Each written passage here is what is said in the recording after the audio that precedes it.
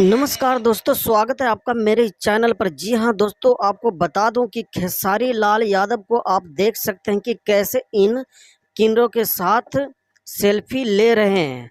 जी हाँ दोस्तों, इन्हीं को कहते हैं सुपरस्टार। कितने लोगों का कहना है कि खेसारी लाल यादव जी हैं जो लड़कियों की इज्जत नहीं करते हैं।